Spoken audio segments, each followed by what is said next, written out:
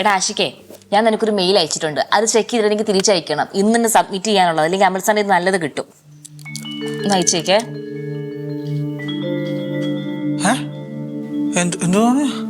Mail അയക്കാൻ. അപ്പൊ നീ ഒന്നും അറിഞ്ഞില്ലേ? ഇല്ലടാ, എന്താ? ഇല്ല, ഞാൻ അതെ വേറെ എന്തോ ഓർമ്മയിലിരുന്നപ്പോ പറഞ്ഞേ, ഒന്നുമില്ല. ദേ ആഷിക്കേ, എല്ലാം ഒരു മയത്തിന് മതി കേട്ടോ.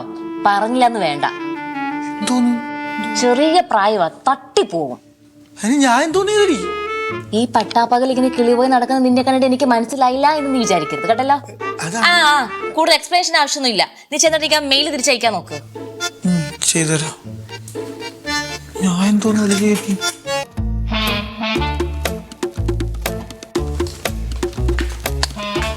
എന്താ നിന്റെ പ്രശ്നം? എനിക്ക് പ്രശ്നമില്ല. ദേ നോക്ക് ആഷിക്കേ, നിന്നെ ഞാൻ ഒരു ബ്രദറിനെ പോലെ കണ്ടേക്കുന്നത്.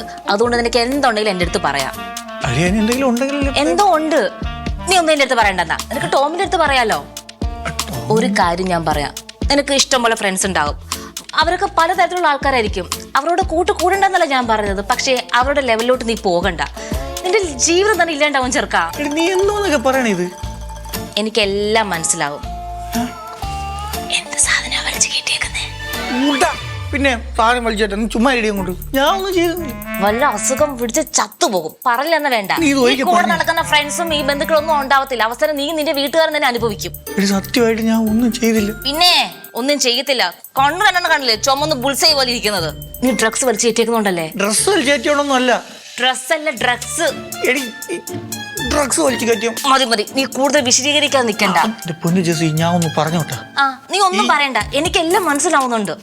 അപ്പൊ പിന്നെ ഞാൻ എനിക്ക് ഉത്തരം പറയണ്ടേ? ചോദ്യം മാത്രം ചോദിച്ചാ ശരി, എന്താ നിനക്ക് പറയാനുള്ളത്? എടി, കണ്ണ് ഇങ്ങനെ കലങ്ങിയിരിക്കണതേ വിഷമം വന്ന് കരഞ്ഞാലും കലങ്ങും. അല്ലാതെ ഈ നീ പറയുന്ന പോലെ വലിച്ചു കയറ്റിയാൽ മാത്രമല്ല. നിനക്ക് എന്താ വിഷമം? നീ എന്റെ അടുത്ത് തുറന്ന് പറ. നിന്റെ അടുത്ത് പറയാൻ പറ്റൂല. അതെന്താ എന്റെ അടുത്ത് തുറന്ന് പറയാൻ പറ്റുന്ന ഇത്ര വലിയ വിഷമം നിനക്ക്? എനിക്ക് പറഞ്ഞാലും മനസ്സിലാകുന്നില്ല. ഞാൻ പോവാൻ പോണു.